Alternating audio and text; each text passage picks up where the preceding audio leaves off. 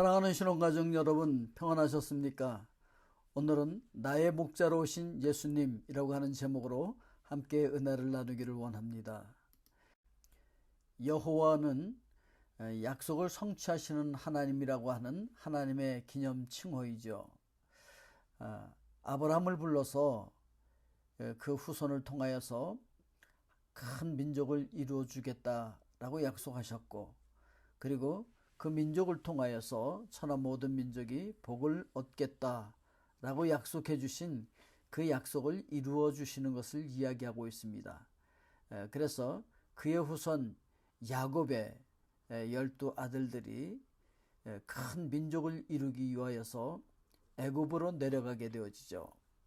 물론 기근이라고 하는 그런 설정을 통하여서 이스라엘 백성들이 먼저 가 있는 요셉이 있는 애굽 땅으로 내려가게 되어집니다.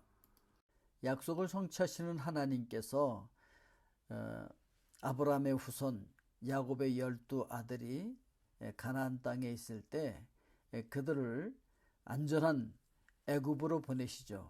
물론 요셉을 먼저 보내시고, 그리고 그 후에 야곱의 가족들이 애굽 고센 땅이라고 하는 아주 푸른 초장과 맑은 물이 흐르는 곳으로 인도되죠. 거기서 큰 민족을 이루게 되어지고, 그러면서 하나님께서 그들을 거기서 목자로서 인도하실 뿐만 아니고, 거기서 끝나는 것이 아니고 의의 길로 인도하신다라고 하는 사실을 우리가 알 수가 있습니다. 하나님은 모든 경우에 우리의 목자가 되어 주신다라고 하는 것을 알 수가 있는데, 3절에 보니까 내 영혼을 소생시키시고 자기 이름을 위하여 의의 길로 인도하시는도다. 이스라엘 백성들이 애굽에 그대로 있으면은 거기서 종노릇하다가 남자아이가 나면은 다 죽이라고 하는 명령을 받게 되어지고 다 죽을 수밖에 없었어요. 그들의 영혼을 소생시키기 위해서 하나님께서 그들을 출애굽시키시죠. 그러면서 하나님의 이름을 위하여서 의의 길로 인도하신다. 즉 바른 길로, 훈련의 길로 인도하신다라고 하는 것을 알 수 있습니다. 애굽 땅 고센을 출발한 이스라엘 백성들이 이제 광야를 지나가면서 이런 골짜기를 지나가죠. 뒤에서는 애굽 군대가 쫓아오고 앞에는 홍해가 가로막혀 있는 그런 상황 가운데 처하게 되어집니다. 이것도 다 하나님께서 계획하신 훈련의 일정이었다라고 하는 것을 우리가 생각을 해볼 수가 있죠. 정말 사망의 음침한 골짜기라고 얘기할 수 있을 것입니다. 그렇잖아요. 앞에는 홍해가 가로막혀 있죠. 뒤에서는 애국 군대가 쫓아오죠. 양쪽 길은 깎아지른 절벽입니다. 정말 죽을 수밖에 없을 것 같은 그런 상황 가운데 놓여 있는 그런 이스라엘 백성들의 모습을 볼 수 있습니다. 그러나 이러한 가운데서도 하나님께서 우리의 목자가 되어 주신다라고 하는 것을 우리는 기억을 하게 되어집니다. 자, 이렇게 올바른 길로 하나님께서 인도하셔서 가나안 땅으로 가는, 즉 광야에서 40년 동안 훈련받으면서 가나안을 향해서 가게 되어지는 그 길을 이야기하고 있죠. 자, 가면서 사망의 음침한 골짜기와 같은 곳을 지나갈 때 그럼에도 불구하고 해를 두려워하지 않는다. 왜냐하면은 주께서 나와 함께 하시기 때문이다. 이렇게 고백하고 있습니다. 정말로 하나님께서 이스라엘 백성들 가운데 함께 하시면서 낮에는 구름기둥, 밤에는 불기둥으로 이스라엘 백성들을 인도하시고, 행군할 때는 구름기둥이나 불기둥이 앞서 가시면서 이스라엘 백성들을 인도하셨다라고 하는 것을 알 수 있습니다. 늘 그러면서 그 이스라엘 백성들과 함께 하시면서 그들을 보호하셨던 것을 우리가 알 수 있죠. 그분이 함께 하시면서 지팡이와 막대기로 그들을 보호해 주신다, 이렇게 얘기하고 있어요. 여기 주의 지팡이와 막대기는 구름기둥과 불기둥이다, 이렇게 이야기할 수가 있겠죠. 뿐만 아니고 이스라엘 백성들을 추격해오는 애국 군대가 있었죠.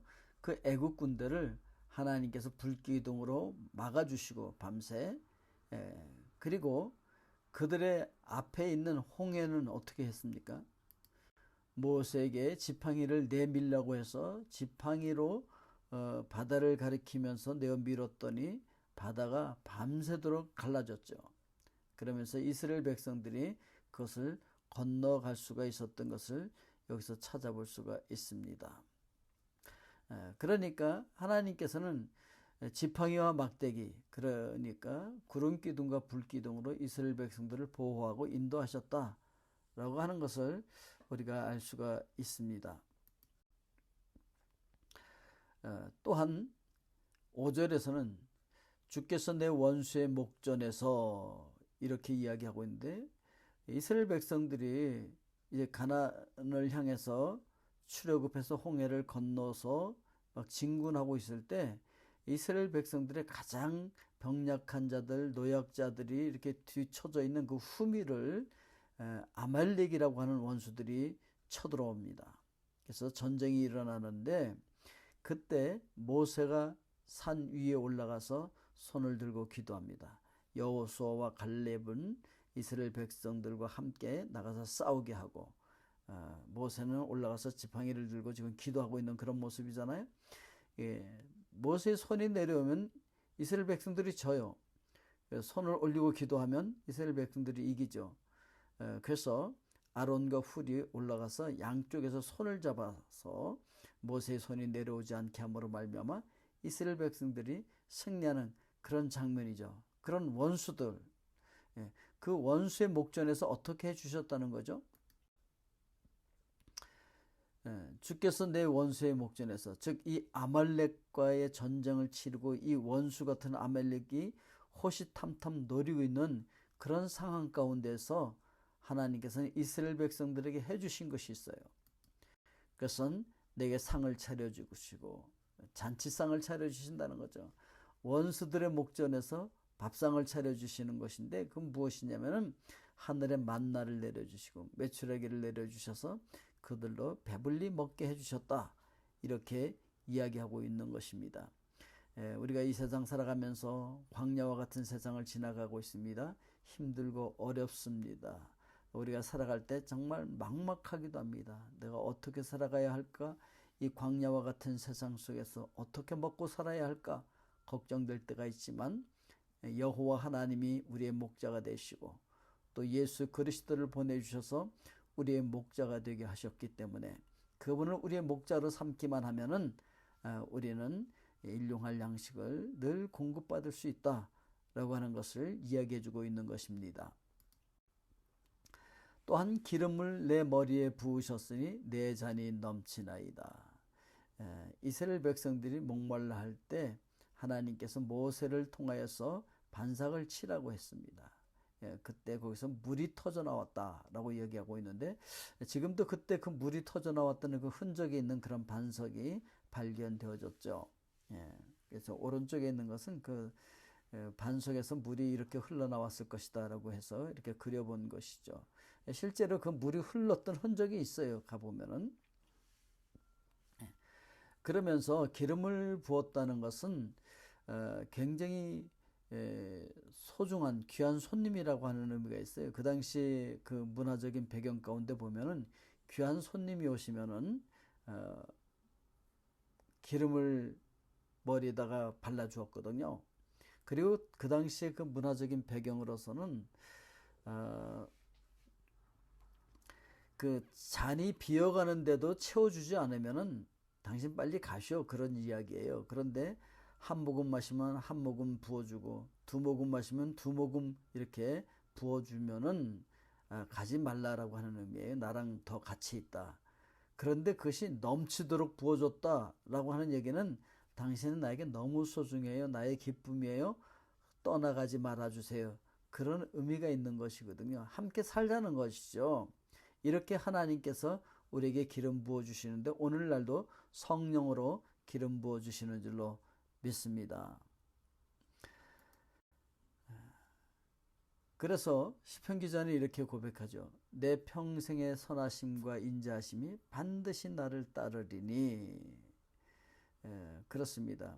하나님께서 이스라엘 백성들과 늘 함께해 주심으로 말미암아 그렇게 2000년 동안 흩어졌다가도 다시 하나님의 은혜 가운데 나라를 회복하고 이스라엘 나라를 세울 수 있었던 그 기적 같은 일이 일어났잖아요. 그런데 그 성전이 있던 그 자리에는 아직 그 모스크가 남아 있어요. 물론 십자군이 정복했을 땐 이 위에다가 십자가를 세우고 이걸 성전으로 썼었죠. 예배 장소로. 그리고 다시 또 모슬렘이 점령했을 때는 그 십자가를 떼어내고 또 이 모스크로 사용하고 있죠. 지금 이스라엘이 점령했지만 아직도 여기다가 성전을 세우지 못해서 그들이 통곡하고 있죠. 자, 그런데 시편 기자는 이렇게 얘기하고 있습니다. 내 평생의 선하심과 인자하심이 반드시 나를 따르리니 내가 여호와의 집에 영원히 살리로다. 원래 예루살렘에 지어졌던 성전의 모습이죠. 그런데 이게 무너지는 것을 왜 하나님께서 그냥 보고 계셨을까요? 그것은 바로 이제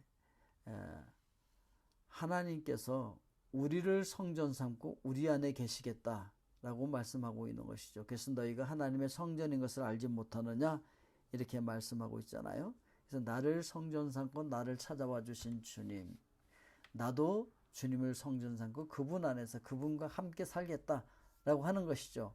오늘 여러분들도 하나님의 집, 예수 그리스도의 집, 성령의 집이 되어서 거룩한 하나님의 교회로서 세상에 존재하면서 늘 여러분과 함께 하시는 하나님, 우리를 찾아오신 임마누엘의 하나님, 그분과 함께 승리할 수 있게 되기를 주님의 이름으로 축복드립니다. 기도하겠습니다. 사랑의 아버지 하나님, 여호와 하나님, 예수 그리스도를 우리의 목자로 삼을 때 우리가 얼마나 행복할 수 있는지 기억해 보았습니다.